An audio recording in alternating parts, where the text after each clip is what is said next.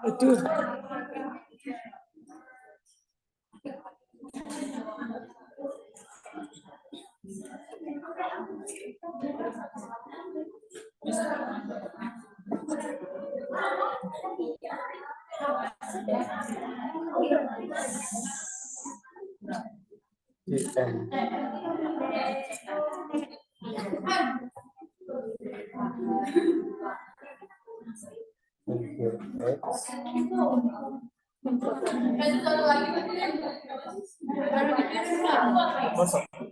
Ya. Satu lagi baru dikirim. Ya dah. Anjay baru dikirim. Apa iki isi tak eneh? Berapa halaman? Gak iso. Ngomong mau. Gak iso ners pas kuliah. Sibuk iki.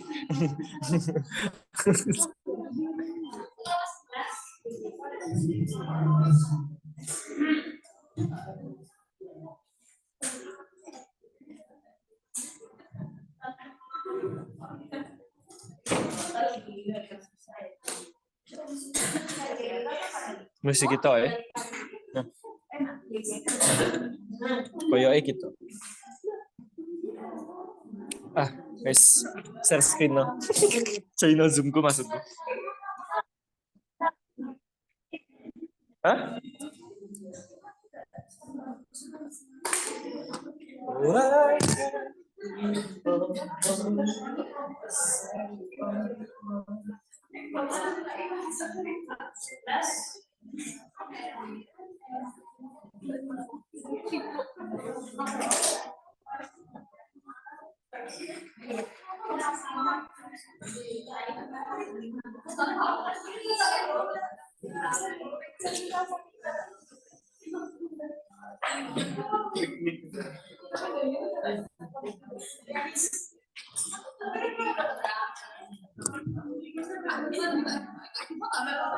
Enggak, Dewes A.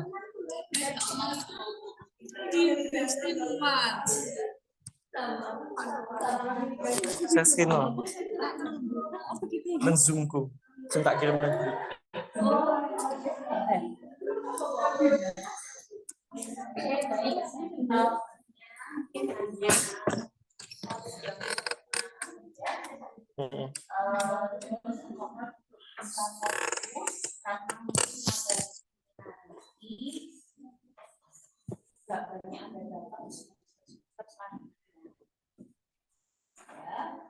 Fungsi nanti aplikasinya ada di KMB, tapi juga advance. Sama satu lagi, kasus ini semakin hari semakin banyak. Ya, jadi kita nggak pernah tahu apakah suatu hari nanti kita akan ketemu dengan kasus ini atau tidak. Nah, hari ini kita akan belajar tentang nutrisi yang akan kita berikan kepada pasien SLE dan juga pasien HIV/AIDS. Apakah Anda pernah bertemu dengan pasien tersebut? HIV/AIDS? Ya. Jadi ada singkat cerita yang menyentuh hati saya. Kalau sekarang saya sudah mengenal ini sejak tahun 2013 dan saya ada dalam komunitas missionaris. Nah, yang pernah menggigit dan cukup menyentuh hati saya adalah ketika saya berteman dengan seseorang dan ternyata orang tersebut adalah survivor HIV/AIDS. Nah, perlu kita ketahui bahwa ternyata di dunia ini walaupun mungkin kita bilang HIV/AIDS adalah penyakit yang menular, ya biasanya banyak dialami oleh orang-orang yang mungkin suka jajan Tahu ya? Tapi ternyata di luar sana banyak korban. Ya, mereka yang mungkin tidak suka jajan, tetapi mereka adalah korban dari kejajanan. Ya, kita membayangkan tidak mungkin orang bisa begitu saja menyampaikan aku pernah lagi struktur masyarakat yang takut ketularan, ya kan? Dan pengalaman saya waktu jadi mahasiswa perawat klinik, ya, pasien pertama saya adalah pasien dengan HIV. Terus hari itu, di hari pertama saya praktek, saya memasang kondom kateter, ya kateternya bentuknya kondom pada pasien HIV. Gimana perasaannya? Pasti deg-degan. Karena stigma kita jadi bisa sangat besar melalui cairan, apalagi cairan kelamin, dan waktu itu saya pegang untuk memasang kondom. Tetapi ternyata setelah dipelajari tidak semenular itu. Ya, jadi penularannya memang ada jalur khususnya. Ya, tidak dengan kita bersentuhan makan bersama itu tertular tidak. Ya, jadi mungkin yang kita pelajari di kelas adalah sebatas biasa. Tetapi pelajaran berharga itu akan kita dapat ketika kita bertemu langsung dengan pasien. Ya, lebih-lebih jika kita mempunyai engage dengan pasien tersebut, kita akan baru bisa memahami ternyata seperti itu kondisi. Ya, Anda hari ini mau belajar sakit berapa HIV dulu? HIV. HIV. Ya, jadi kayaknya hampir semua kita paham ya, pernah ya dengan HIV kan waktu SMA sudah dikampanyekan supaya tidak seks bebas ya. Ya, salah satu dampak yang sangat menyeramkan adalah ya ini HIV. Ya, mungkin kita pernah datang di masyarakat, ciri-cirinya orang-orang yang ya kita tidak melakukan. Ya, rumah sakit kita pakai kode. Jadi pasien itu enggak kita tidak khusus pakai pakai apa ini? AIDS ya. Karena kita juga menjaga privasi dia. Dulu di RSA ruangan itu ada disembunyikan di suatu ruang. Tetapi sekarang kayaknya lagi apa ya, giat-giatnya meningkatkan derajat apa sih privasi pasien. Jadi pasien itu sekarang sudah tidak dikhususkan, sehingga artinya perawatnya juga harus ekstra hati-hati. Bisa jadi pasien kita ada suspek itu. Ya, nah di rumah sakit ada yang bilang diagnosisnya adalah B24. B24 ya. Jadi ketika nanti mungkin, dan saya pernah itu mengantarkan seorang pasien sakit, dia bilangnya sih paru khas ya, paru dengan karena di merupakan infeksi sekunder dari datang ke rumah sakit meninggal. Nah, dokternya itu teman sekolah saya. Ya. Terus si dokter ini bilang ke saya, kalau istrinya diperiksakan ya, ke poli namanya PCT. Masih kuliah, enggak kerja apa-apa untuk masuk klinik ya. Saya bawa aja. Ditanya orang yang mana, kok PCT? Masuk ke ruang PCT, dilakukan konseling, dilakukan pemeriksaan, ternyata saya jawab enggak positif. Dari situ saya baru paham, ternyata B24 itu adalah HIV, dan PCT itu adalah poli. Untuk saya lupa singkatannya apa, nanti bisa dicari di Google. PCT itu adalah poli untuk polimorfik gejala namanya sisi itu digunakan untuk memberikan obat-obatan karena kan harus dikasih antiretroviral yang jelas tiap hari harus minum itu supaya virus yang tumbuh di dalam tubuhnya itu tidak berkembang biak ya sehingga dia terus ya survive dia meningkat kualitas.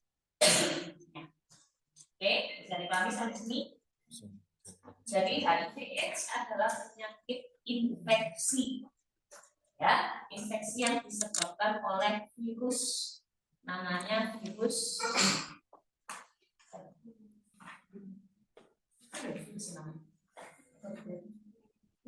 Human immunity.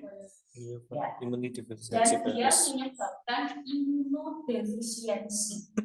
Perbedaan dengan nanti kita belajar SLE adalah autoimun. Iya. Jadi kalau nanti kita belajar imunologi sudah, enggak ya?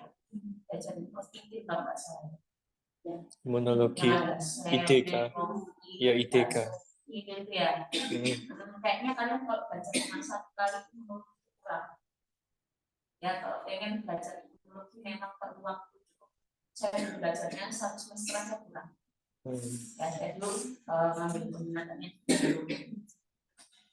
Nah, gangguan imunologi itu sebelum saya mengajar ya ada beberapa macam. Satu, imunodefisiensi. Apa itu? Jumlah sel imunnya menurun. Misal harusnya 100 tinggal 4. Oh iya. Jadi nggak ada tentara yang menyerang kalau ada musuh. Oke. Yang kedua alergi. Alergi ini termasuk gangguan sistem imun yang disebut hipersensitivitas. Hipersensitivitas itu respons spesial. Kalau contoh terakhir, dapat di sini ya contohnya. Katakanlah ada orang namanya Ayu, ya saya deh, normalnya gitu ya. Ayu, ya saya gitu. Nah itu contoh alergi. Kita sama. Ya tak ada. Oh, Paham? iya iya iya. Ya belajar imunologi itu nggak kelihatan kalau itu. Jadi kita belajar ini juga harus membayangkan sesuatu yang praktiknya. Ya. Terus kalau autoimun itu ada sel-sel tetap, tapi bodoh semuanya. Jadi ada musuh. Itu siapa ya? Itu siapa ya? Berarti kan aku tentara ya. Jadi aku harus menyerang. Jadi siapapun yang memang bukan itu kamu musuh. Termasuk aja punya sendiri. Tonjok juga. Pusat kamu punya. Akhirnya kalau pusat jadilah peradangan. Dia terjadi pada kasus autoimun. Jadi peradangan terserah di mana sel tentara itu berada. Kalau sel tentaranya ada di mana ya pusat. Asalnya jalan-jalan di jantung ya jantungnya pusat. Di kulit ya kulitnya yang pusat. Kan sel tentara itu sel darah putih. Iya. Alergi juga gitu. Alerginya dia lagi jalan-jalan di kulit. Ada air. Kalau habis. Bahkan kan ada yang sesak. Oh iya. Ya. Sama satu lagi infeksi. Infeksi itu juga masuk dalam gangguan.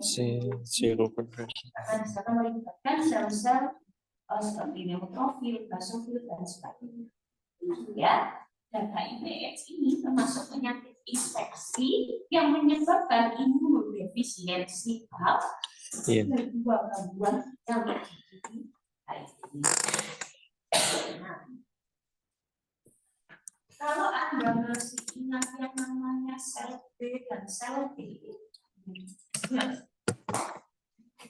sel itu ono netrofil, basofil, monosit. Iya.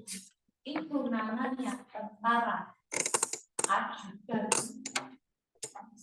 Tentara bagian depan itu namanya ajudan. Jadi begitu ada sesuatu yang masuk ke dalam kita, netrofil dan teman-teman kamu mau ngapain di sini? Ya, malam. Ayo sama saya mau beracun kamu ya, diserang perang. Tapi kalau ekonominya sudah salah, luar jenderalnya. Jenderalnya ini namanya limfosit.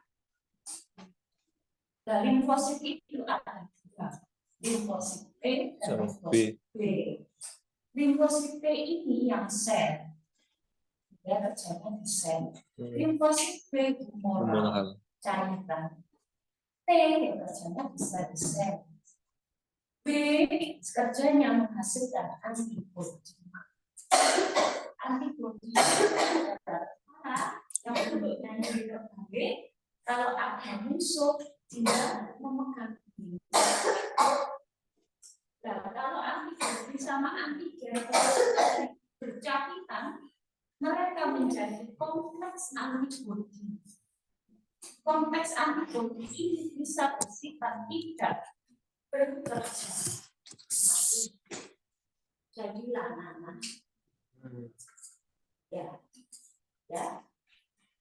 atau kita sebut bebis. Ya, bisa jadi nanah. Nah, yang tadi yang moral, yang sel T itu ada CD4, ada CD8. Pada HIV yang rusak CD4-nya. CD4-nya harusnya banyak diperiksa, harusnya 500 sampai 1800, diperiksa kurang dari 200. Bahkan saya pernah ketemu pasien dengan HIV itu CD4-nya cuma 50. Kondisinya yang supaya harus ada 500. Yang boleh sampai 10 ya. Nyawa darah itu. Ya, gitu. Nah, bagaimana caranya meningkatkan CD4-nya? Ya, virusnya harus dilemahkan. Jadi ketika virus, kenapa virus HIV ini tidak bisa mati? Karena kerjanya di sel. CD4-nya habis karena CD4-nya tadi dibuang oleh virus. Jadi bedanya bakteri sama virus ya. Kalau bakteri nanti dia bekerja di sel humoral, ditangkap tadi sama antibodi. Kalau virus nggak bisa ditangkap sama antibodi, dia kerjanya di sel T. Jadi kalau ada sel, dia mencolok dulu. Kalau dia sudah mencolok, selnya ini mati, jadilah virusnya lagi. Terus virusnya mengeluarkan banyak katakanlah telur ya, kecil-kecil. Terus berkembang telurnya wakil. Akhirnya virusnya wakil, sel T-nya mati, virusnya banyak. Dan kalau virus itu nggak dimatikan, dia akan mengambil sel-sel T yang lain.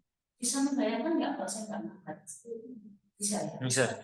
Jadi sel T-nya ini selama habis, karena dihinggapi sama virus tadi, sel T-nya ya, saya virusnya. Terus saya beranak pinak buahnya, dan anak-anak saya juga nyari sel T, habis sel T.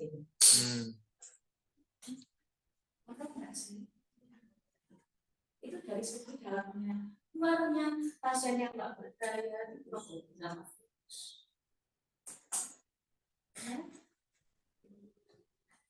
Kita masih lihat dari segi sel, belum lihat dari segi kalau metabolisme kematian sel dan menghasilkan nekrosis ya. Sel itu ada di mana-mana, termasuk di kulit.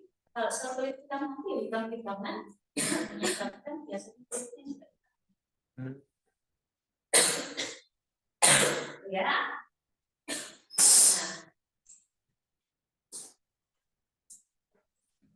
orang yang terkena HIV itu biasanya baru ketahuan 5 sampai 10 tahun mendatang.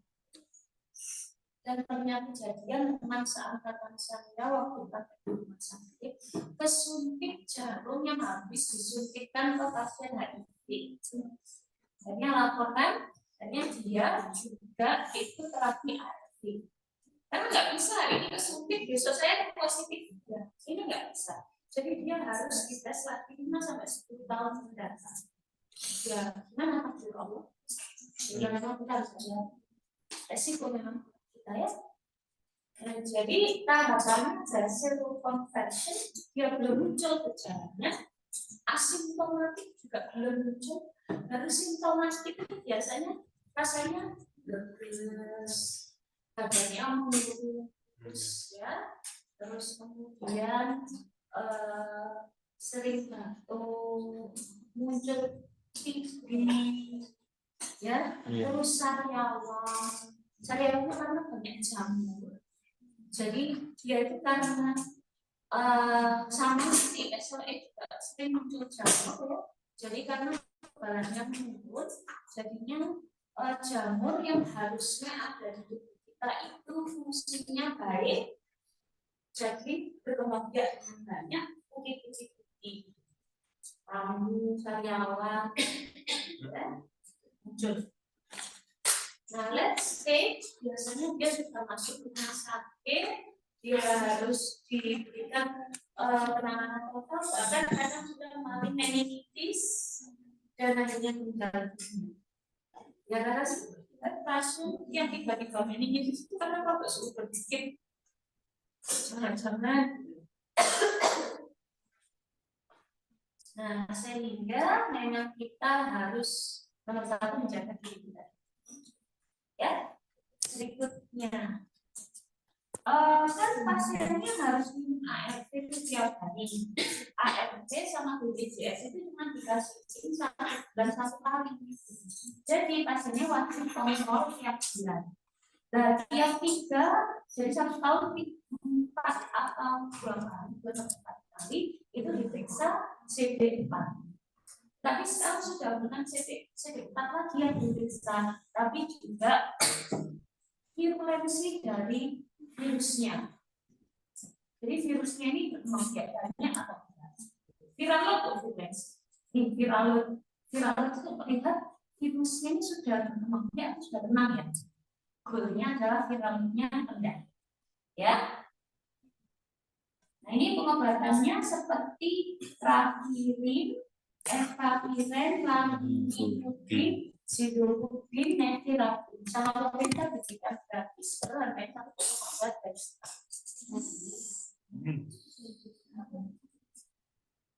Kalau cuma minum obat sih gampang. Kalau orang sehat mau minum obat tiap hari berat. Tetapi kalau orang sakit dia minum obat setiap hari gampang. Yang susah itu adalah menerima respons masyarakat. Jadi bulan-bulanan gosip seumur hidup. Ya, Mbak? Iya. Dan apalagi orang-orangnya nggak begitu paham tentang konsep biopsikososio-culture spiritual. Atau orang yang sukanya negatif thinking cuma judge ini. Wah, itu. Ya, mereka tidak tahu bagaimana menderita. Termasuk salah satu yang juga suka jajan. Ada berbagai macam kalau kita pelajari penyebab. Ya, mungkin dia merasa tidak bahagia, dia merasa tersesat, ya, tersesat tapi terlalu kecenderung, ya itu selanjutnya aja, gitu. Ya. Atau dia juga ingin balas dendam. Aku sudah menderita, nggak boleh hanya aku yang menderita.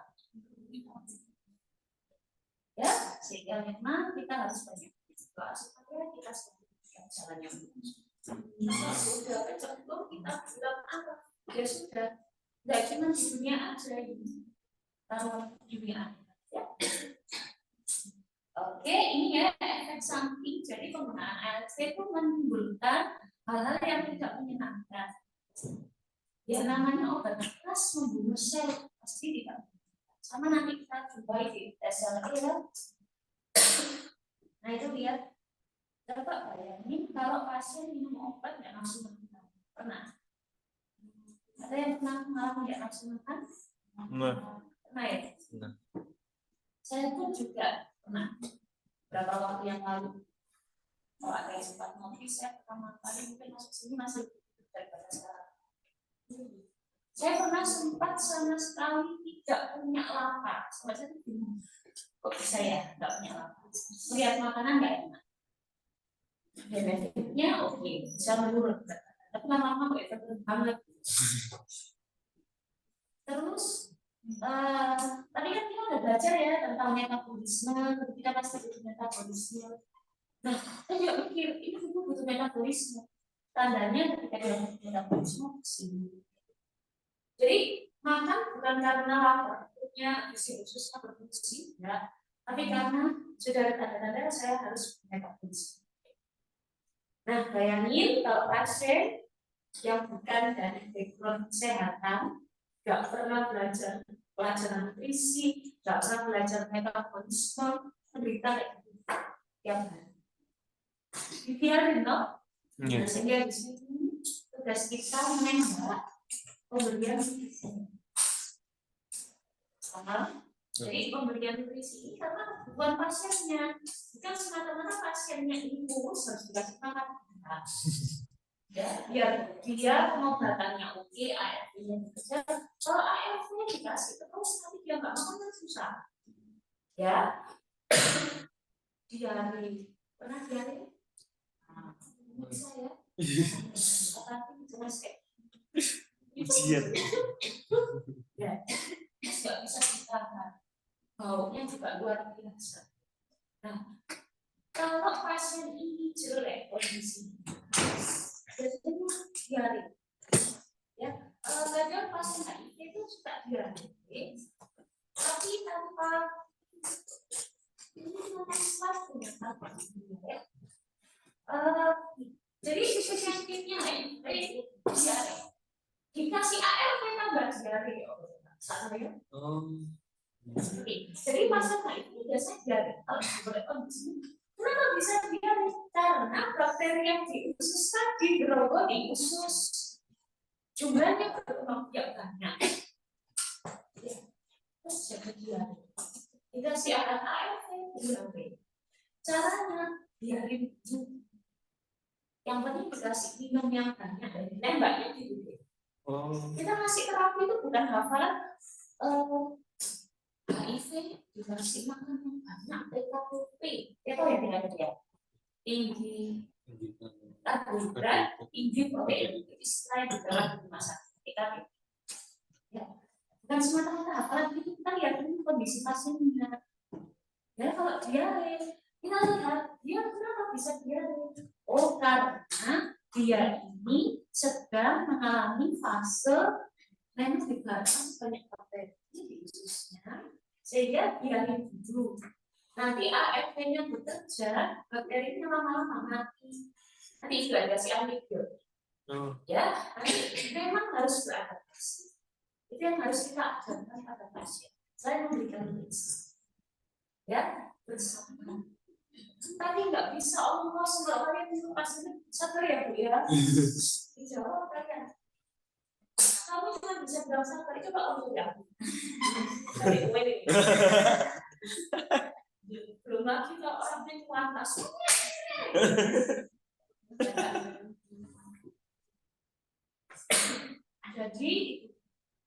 Jadi kalimatnya ya jangan nyuruh pasien sabar. Kalimatnya yang bagus. Jadi memang saat ini si bakteri dan virusnya masih banyak di dalam tubuh, tapi perlahan nanti bisa hilang. Optimis aja pasti bisa, karena perasaan positif itu juga akan mensugesti tubuh kita untuk belajar kembali. Itu enggak sampai ya. Terus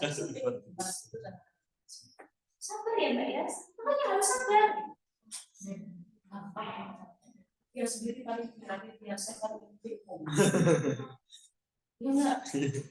Orang biasa itu kita diare dengan itu bingung. Apalagi diare dengan HIV ditambah ARV. Kalau mereka bisa bilang aku pengen mati, mungkin mereka akan bilang sakit. Tapi kan mati nggak gitu aja. Saya masih punya mimpi indra gitu ya. Lelah. Yuk apa? Gak makan, gak nafsu, diare, tapi gak lelah.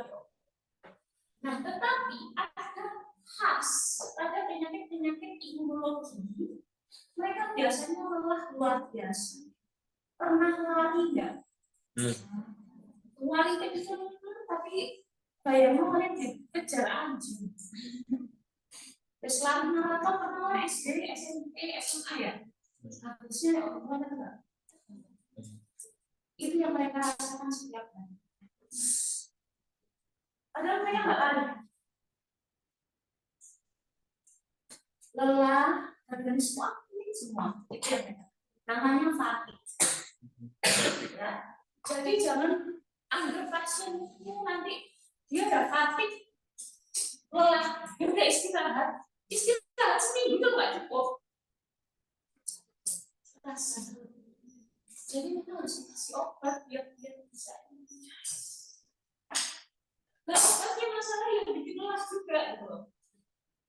Ya, nah gimana caranya biar dia membaik? Obatnya diminum terus waktunya pas. Nanti 1 minggu memang belum kelihatan hasilnya, 2 minggu belum kelihatan tapi politik sampai Kak Kosong. Baru 1 bulan, 2 bulan, 4 bulan baru rasain. Nah masalah biasanya udah 3 bulan bosan, atau nanti ginjalku rusak kalau minum obat tiap hari. Nah itu yang harus kita patahkan pada pasien. Artinya kalau kalian memberikan nutrisi pada pasien, gak bisa dikasih makan. Ya harus diimbangi sama obat. Tapi kalau obat-obatan bentuknya zat kimia. Sementara ini yang ada zat kimia. Nanti saya jadi penelitinya yang nggak usah zat kimia. Jadi serius. Tetapi kemarin teman-teman dosen kan banyak yang lagi lihat ibu saya ini lalu bisa dibilang mereka kenapa? Nggak parah kalau di luar yang jelas kayak di Indonesia kenapa? Mereka itu karena backgroundnya tidak pernah pesan, harusnya mereka tidak tahu kan cuma ya artinya kalau mereka ke layanan kesehatan pasti obat generik yang mereka punya tidak mungkin. Kita belajar farmakologi. Ada obat yang bisa kita berikan sendiri. Paham ya? Tahu kan? Tadi kalau berarti kita jangan berarti kita tahu dulu obat yang sesuai akan dulu bisa. Kita datang ke rumah sakit ke dokter, dia diagnosis dulu obat. Ini yang saya dengar adalah ya udah istirahat, saya kasih multivitamin yang dari bahan alam. Itu yang jelas jadi katanya ini lagi benar-benar rugi gitu sampai soal yang mungkin tapi bahan alamnya khasiatnya luar biasa, yang penelitiannya luar biasa. Jadi nanti kalau ada penelitian kayak gitu benar yang berfungsi, tapi percaya penelitian susah, apalagi urusannya sama imunologi, barangnya nggak kelihatan, hasilnya macam-macam. Akhirnya kadang kita sudah dikejar, ya udah yang udah hasilnya, kalau karena tidak bagus. Nah, jadi memang perlu belajar. Ini kayak dari KM, tapi PKM aku bisa belajar dari penelitian yang sesungguhnya. Jadi percayalah kalau kalian belajarnya dengan giat bisa Pak. Ya. Jadi di Indonesia ini memang banyak hal. Tapi penelitian terbaik belum sendiri. Ya, kalau kata dosen saya dulu, saya juga baca dia terkait teknologi. Karena mungkin dia bagus mempunyai anti radang. Efeknya, kalau kita belajar obat itu diberikan swab. Artinya ketika dia grafiknya ini bagus, bukan efeknya bagus. Puncak efeknya bagus, luar biasa. Umur mati, saya tahu. Artinya, jika Anda memberikan darah, itu jangan bunyi terus, mati lah. Pasiennya mati. Ya, tak bisa. Jadi darah harus dilakukan. Silakan pakai, tapi jangan tiap hari. Sama dalam waktu bertahun-tahun. Dan banyak kasus tuh dosen-dosen di non-fiters pernah tiap hari itu mati. Karena mengikuti jejak Rasulullah. Bagus, bagus. Kamu lihat dulu nabinya kayak apa? Dia melakukan sendiri setiap hari. Akhirnya dalam titik kasih. Masih berat. Jadi. Gak tahu isinya gula atau apa. Pasien saya tiap hari minum teh pucuk. Karena teh pucuk itu ya bisa jadi soda ya. 20 tahun masuk rumah sakit. Mas, kenapa kok masih dia bisa makan? Aku ada di darah. Aku minum teh pucuk tiap hari. Saya juga jadi mikir gimana ya, serem ya. Intinya ya silakan makan apapun, tapi ya juga ya. Suka silakan. Aku jangan tiap hari makan seperti ya. Ayam. Nah iya, jadi banyak banget nih jangka pendek dan jangka panjang. Ya kan? Ya jadi depresi, kayak mana? Terus juga sakit, kena obat jadi depresi. Ada. Jadi ada obat-obatan yang benar-benar ini. Gak selamanya orang sakit itu depresi. Karena bisa jadi dia mempunyai mimpi yang besar, terus dia dikasih ujian sakit, dia jadi berdoa kepada Tuhan. Dan Tuhan, saya masih mempunyai mimpi yang besar, saya masih mempunyai amanah yang besar, tapi ini kok susah. Semoga ujian ini bisa membuatku lebih semangat mencapai ini. Jadi, tapi ada juga yang dia jatuh tapi mati. Dan kalau bisa tambah sakit, nah, terus dikasih obat tambah ya Tuhan, saya mau hidup kok kayaknya nggak kuat ya. Ya Tuhan, hanya sekedar makan aja kok rasanya berat ya. Ya Tuhan, sekedar mulai aja tidur ya, orang depresi tidur. Ya Tuhan, saya mau mulai aja kok berat ya. Tapi mati loh, nggak mati. Ya karena memang yang namanya kematian itu hanyalah prerogatif Allah. Sejelek-jeleknya kondisinya pasien, kalau dia belum punya modal, ya tidak optimis pasien jelek kondisinya, jangan masuk meninggal. Karena enggak terjadi terus kita yang namanya masih sehat, tidak dapat meninggal. Ya.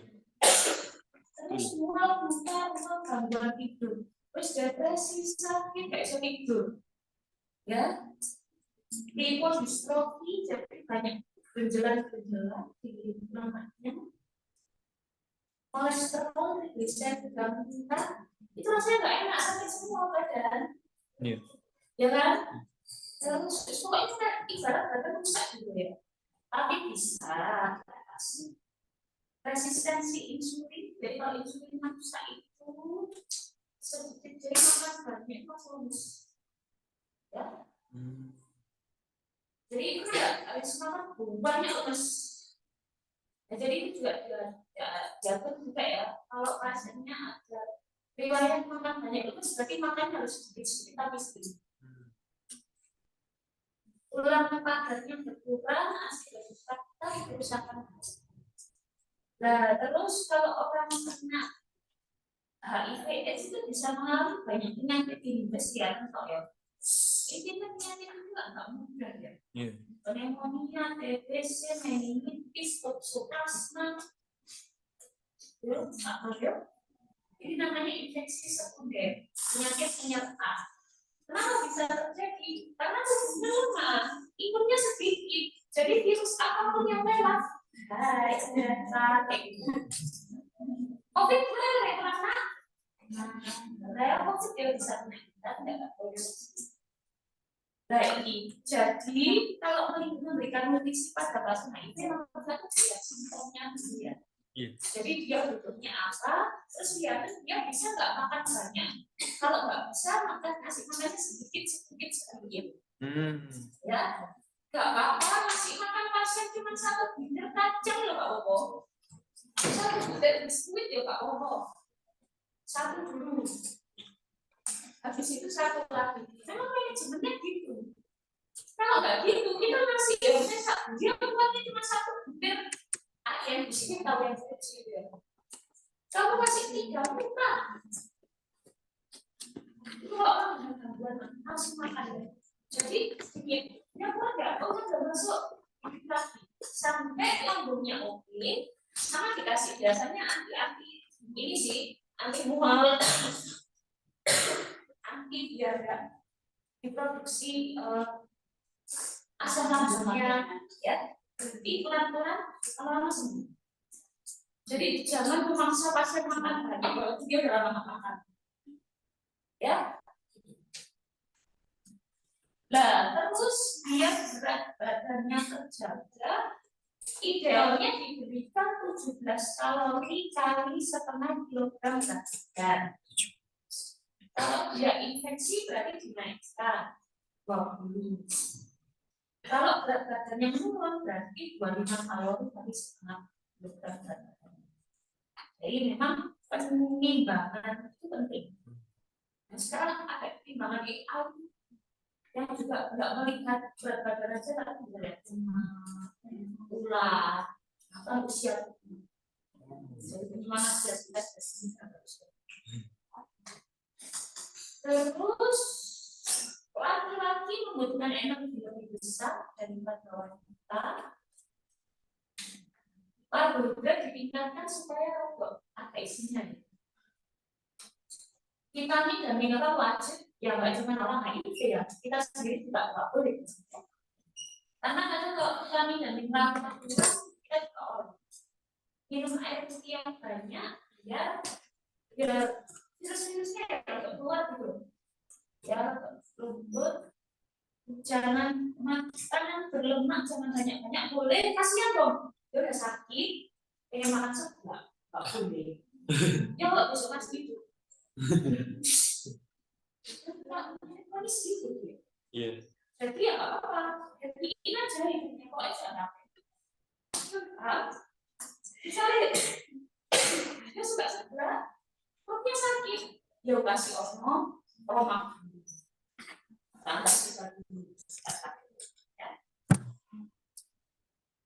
Makanan harus bersih. Kalau makanannya ada virusnya, jadi penyakit tubuhnya. Itu kita enggak punya penyakit.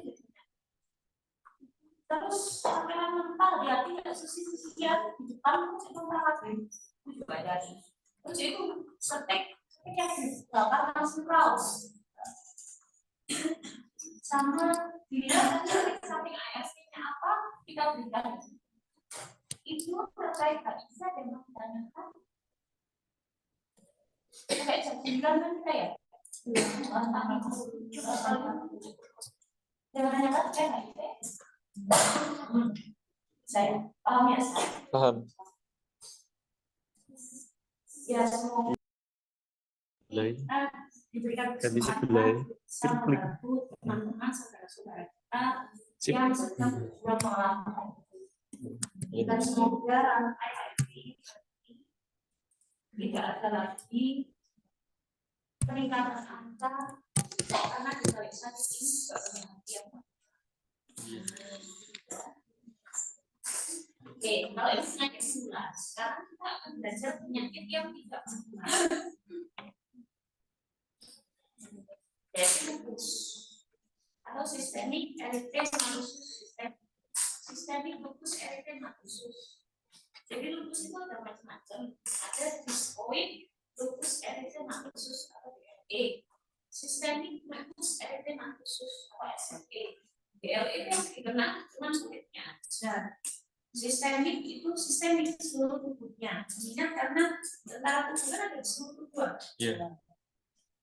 Ada juga lupus induced by drug. Jadi habis minum obat tertentu dia kena lupus. Obatnya berhenti dia nggak kena. Ada juga neonatal lupus. Jadi bayi lahir dengan lupus. Tahun 2013, berarti 10 tahun yang lalu ya, penyakit ini masih dianggap langka. Tidak banyak pasien yang dijumpai dan tidak banyak pengobatan yang sesuai dan bahkan tidak disebutkan tidak ada obatnya malah. Terus menuju 10 tahun ini semakin banyak dijumpai.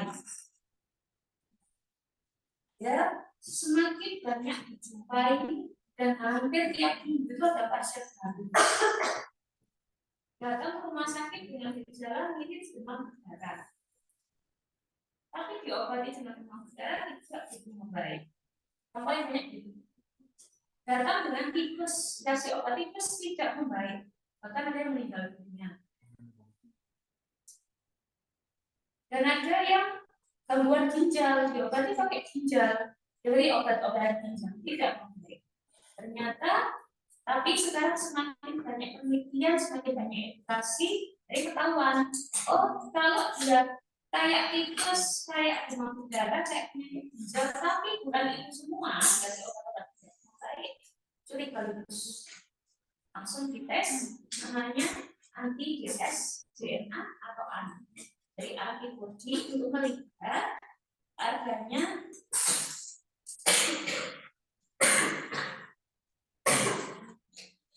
antibodi yang menyerang tubuhnya sendiri. Oke. Tadi udah tahu ya penyakit infeksi seperti apa, imunodeficiency seperti apa, yang namanya autoimun. Jadi dia bodoh, tidak bisa membedakan mana musuh mana teman, sehingga sebenarnya diserang. Yang belum ditemukan etiologinya, kalau obat-obatannya sudah mulai ditemukan. Obat-obatannya ini kalau itu simptomatik, kalau demam ya dikasih obat anti demam, kalau nyeri dikasih obat anti nyeri. Nah sekarang sudah mulai bekerja pada antibodinya tadi. Nah, tapi harga obatnya itu mencapai 300 juta. Jadi di Indonesia masih belum digunakan, dan di Indonesia masih menggunakan obat-obatan konvensional. Ya, tadi seperti anti radang, anti malaria, dan sesuai dengan kondisi. Singkat cerita, kalau tadi HIV itu bekerjanya di sel T, autoimun bekerjanya di sel B. Dia menghasilkan antibodi. Tapi antibodinya ini antibodi yang rusak, yang bodoh. Dia nggak bisa membedakan mana musuh, mana teman. Akhirnya semuanya dibidang. Oke, kalau semua diberikan kan rusak toh. Kalau tubuhnya sendiri, kalau bakteri yang rusak, bakteri yang jadi namanya. Kalau tubuh sendiri yang begini kan jadi rusak. Akhirnya tumbuhlah proses peradangan. Karena radang itu merupakan tanda dari sesuatu yang tidak beres di dalam tubuh kita. Jadi kalau ada tenggorokan, bersyukurlah karena akhirnya Tuhan memberitahu bahwa tenggorokan kita sudah tidak baik-baik saja. Nah, ciri-ciri radang apa? Demam, nyeri, lagi, bengkak, terus kerusakan fungsi, ukur, dolok, telok, tumor, fungsionalis. Enggak? Iya. Nah itu kalau terjadi di mata, matanya nyeri, membesar, kemerahan, sedikit tidak berfungsi. Kalau terjadi di rambut, ya rambutnya ngompol, kan gitu. Kalau terjadi di hidung, hidungnya bumbel, ya kan? Ada ininya, ya kan bengkak, ini mungkin. Kalau terjadi di mulut ya sengawa. Kalau terjadi di kulit ya buat telurnya bunyi sobek. Kalau terjadi di kaki ya bengkak, pecah. Kalau terjadi di sendi ya bisa nggak berfungsi ya bisa. Kalau terjadi di jantung bisa. Kalau terjadi di hati ya nggak bisa. Kalau terjadi di ginjal, tidak bisa mengatur air, cairan tidak bisa dibuangkan, tidak bisa habis. Terjadi di otak, itu nggak bisa.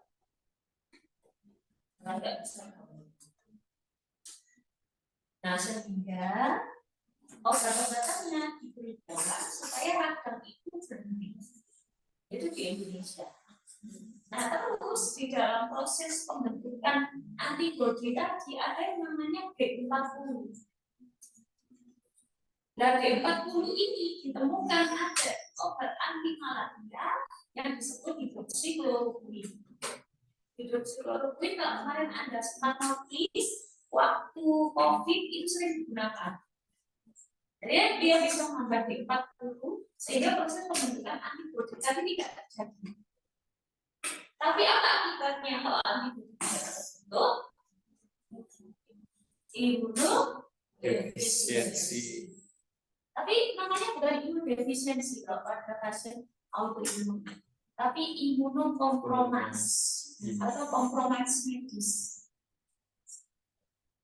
Jadi memang dia antibodinya ditekan sama obat supaya tidak terbentuk gitu.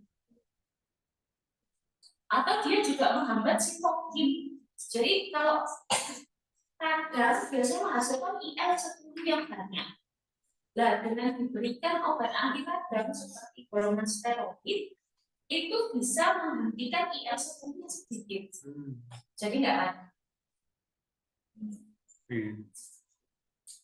Nah, kalau obat-obatan yang 300 juta tadi itu bekerjanya menghentikan sel B, dia tidak menghasilkan antibodi yang rusak. Betul ya? Iya. Namanya obat biologis. Ya. Nah, barangkali nanti Anda bisa jadi penemunya obat biologis tapi yang bersimpan. Yang mungkin pengen pakai bahan alam Indonesia sih. Terus pasien lupus ini sama dengan pasien HIV tadi, yang tiap hari kayak gitu, namanya imun ya.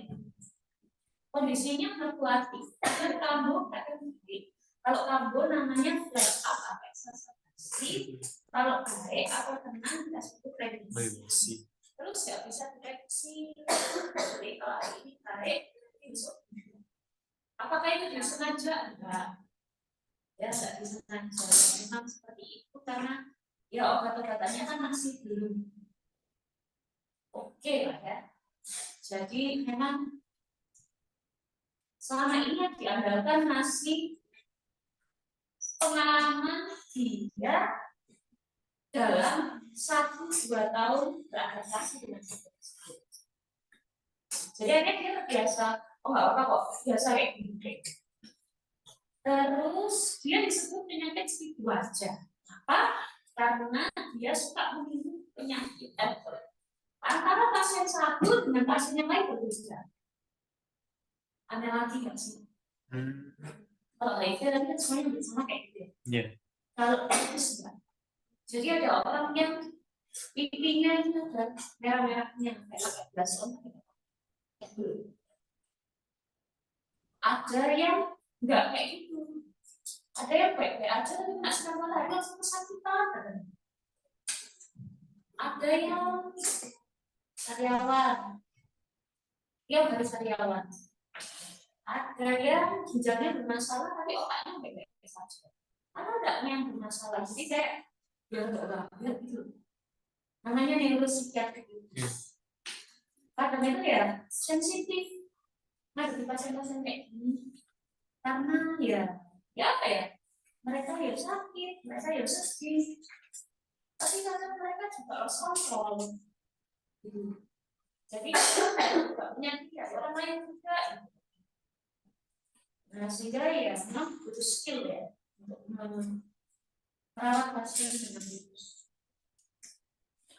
Nah, karena antara pasien satu dengan yang lain berbeda, banyak yang bilang kamu digunakan.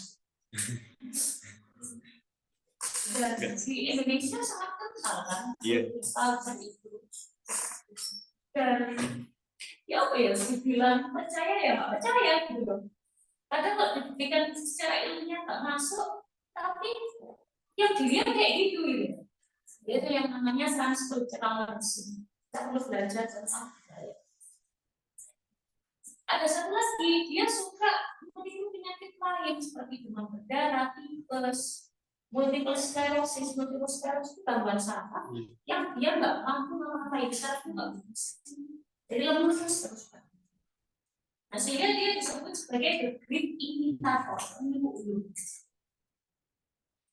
Iya, gambarnya yang saya bilang tadi, alasan satu dan yang lainnya bisa berbeda. Ini kondisi yang lemes seperti ini. Terus nggak apa-apa. kayak bagian bulu setrika itu bubuk ya sih. Terus dikasih obat namanya NSAID. NSAID itu golongan paracetamol. Itu ya baca pertama aku ya. Iya. Dan itu efeknya banyak ke ginjalnya ya, karena mereka kan disekresi di ginjal ya. Jadi mau nggak mau ginjal kerjanya lebih keras. Nah, kalau ginjalnya kerjanya lebih keras, kan kasihan. Jadi ini tadi kan ceritanya si imun tentara tidak bisa membedakan mana musuh mana lawan. Perang mati jadi Nana, benar.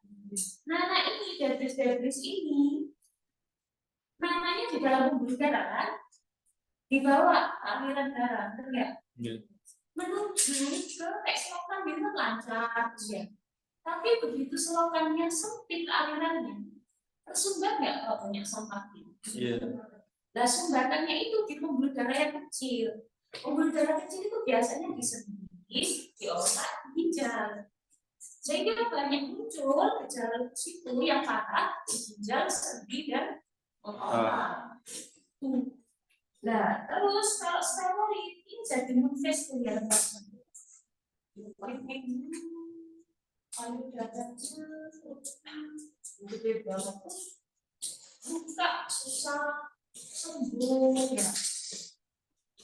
Tapi ya gimana? Sementara masih ini. Nah, mari kita baca kita bisa membantu pasien. Jadi nggak bencana. Ya. Hidroksikloroquine tadi saya sudah cerita ya. Obat anti malaria tapi merusak mata. Mata jendela dunia. Coba sedetik aja kita kehilangan penglihatan pasti bingung. Terus lima informasi psitatika. Karena tadi yang di bekerja sel D. Nah, T ini sel D ini ya aktif dulu. Dihancurkan sel D. Dikasih obat psitatika, kemoterapi. Kemoterapi yang namanya kemoterapi itu rusak sel. Yo, badan kita rusak pisang. Mual, muntah, kompok, berat banget ya. Belum lagi mereka juga rentan terhadap infeksi jamur, ya, mudah flu, mudah sakit. Terus, nah ini obat biologis yang saya berikan tapi mahal. Sekarang nutrisinya gimana? Kafein, dulu kopi, enggak kopi? Lauren. Jadi kafein ini bisa menurunkan aktivitas penyakit. Terus tomat, zaitun, kolak, gandum, almond, ini makanan yang jarang kita jumpai, tetapi ini sering dimakan oleh orang-orang gede. Iya. Mereka makannya tiap hari itu. Tapi di buku dibilang orang-orang Kaukasia, kayak dari Kaukasia. Orang-orang Kaukasia itu juga banyak yang terkena lupus. Nah, tapi makanannya udah mengandung antiinflamasi. Biasanya tuh nasi, dikasih salmon, dikasih itu sayur-sayuran balut, terus kayak resep tuh, kayak dikasih minyak. Kamu kok enak gitu. Ya kalau kita pertama kali makan mungkin ya kayak makan bubuk ya. Tapi yang nggak ada ya hanya cuma itu ya, jadi lama-lama kita pasti bisa. Dan itu lebih sehat. Ya cuma ya kayak daun-daunan kita di atas nasi dikasih salmon-salmonnya itu ya enggak matang banget dipanggang terus dikasih minyak, mungkin minyaknya dia bikin jadi ya. Terus tinggi kalsium juga, asam lemak omega 3 karena asam lemak omega 3 bisa mengurangi antiinflamasi, terus yang mengandung antioksidan karena pasien karena semua penyakit sudah juga antioksidan. Dan saya suka tertarik ya, melakukan penelitian itu kalau kita menggunakan antioksidan untuk suatu terapi, jadi bagus. Karena setiap hari orang sakit itu pasti menghasilkan radikal bebas. Iya. Kalau radikal bebasnya dihilangkan, dia sembuh. Dan itu profesor saya pernah menerapi pasiennya dengan SLE, Kebetulan dia memang ahlinya lupus di Indonesia, ada di Malang sini. Pasiennya itu cuma dikasih natural astaxanthin. Natural astaxanthin itu antioksidan, tapi satu bijinya 8.000 rupiah. Tapi yang mengenai canggih. Terus pasiennya cuma butuh natural astaxanthin sama paracetamol. Oke nggak itu daripada tadi yang apa yang saya sebut banyak tadi bilangnya? Saya ngerti pasiennya, kan ya? Nah yang perlu dibatasi adalah alfa, bawang putih, pada bawang putih itu enak loh, dikasih mentega, dioleskan di roti dari sate pendek, ya sudah enak. Terus digerus pakai lombok, dikasih micin, jadi sambal bawang, ya.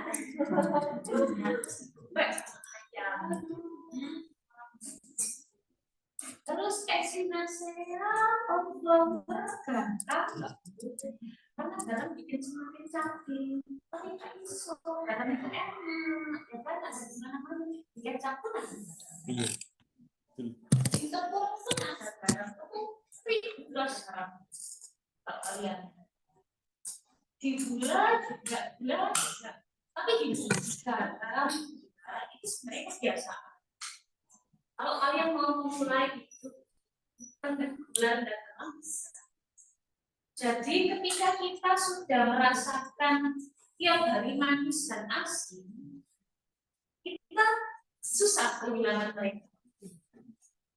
Tapi kalau kita sudah memulai seminggu aja, gulanya dikurangi, garamnya dikurangi, seminggu kemudian nyoba yang gula banyak, garam banyak, itu rasanya jenuh banget. Gak percaya coba. Jadi kayak gak bisa toleransi kalau match. Tapi ada syaratnya juga. Kalian harus sudah apa itu tumbuh itu bahasa Indonesia sudah puas, sudah sering, pokoknya kan nggak sering makan ini jadi bosan bosnya. Nah caranya itu. Tapi kalau kalian masih nggak banyak terpapar, jadi masih tinggi. Jadi yang nikmatilah masa muda, tapi jangan makan. Sama susu juga perlu dibatasi karena ada beberapa yang autoimun itu dulunya nggak apa-apa minum susu, terus kalau jadi papa, karena ada intoleransi laktosa. Nah terus kemarin itu saya berkesempatan ke kampus di UM ya, Malaysia. Itu mereka kayaknya sudah mulai tuh kayak gini deh. Jadi menjaga intoleransi, terus bilang susu soya. Susu soya dulu saya bilang nggak enak, ya. Tapi ternyata enak. Intinya kalau soal makanan itu soal biasa. Catatan penting, kebutuhan nutrisi itu sebenarnya semua bukan ada orang pasien ya, tetapi ada kebutuhan yang sesuai dengan simptomnya tadi. Ya, jadi kita lihat dulu kondisinya, kita sesuaikan nutrisinya. Jangan lupa karena ini bukan main tugas kita ya. Kita hari ini belajar untuk tahu aja patofisnya. Ini tujuannya untuk kolaborasi dengan ahli gizi. Kalau kalian hargai ahli gizi, jangan mensabotase tugasnya. Ya, maksudnya ini tidak pasien. Ya, tapi kalau mereka ada kesalahan, kok pasien itu sebab PI bawang, ya kok dikasih bawang, nggak apa-apa ini gitu. Ya terus kalau nutrisinya kurang ya dikasih tambahan sampai mencukupi. Tapi nggak boleh melebihi batas maksimum. Penggunaan farmasi suplemen boleh, ya tapi ingat interaksinya. Diet khusus banyak tuh penelitian diet keto, gluten free, low carb diet. Apalagi pasien lupus di Jakarta. Jago-jago pinter-pinter. Terus di sana lebih maju. Edukasinya itu enggak nek. Kalau saya lihat ya, pasien lupus di Malang itu cuma dikasih edukasi. Lupus adalah yang harus dilakukan adalah ya bisa awam-awam ya. Ya mau punya mereka gitu soalnya. Dan di Jakarta harus reguler. Nah, bahkan mereka menggunakan keto dan free tapi ternyata itu mahal. Sekarang kita diet keto ya.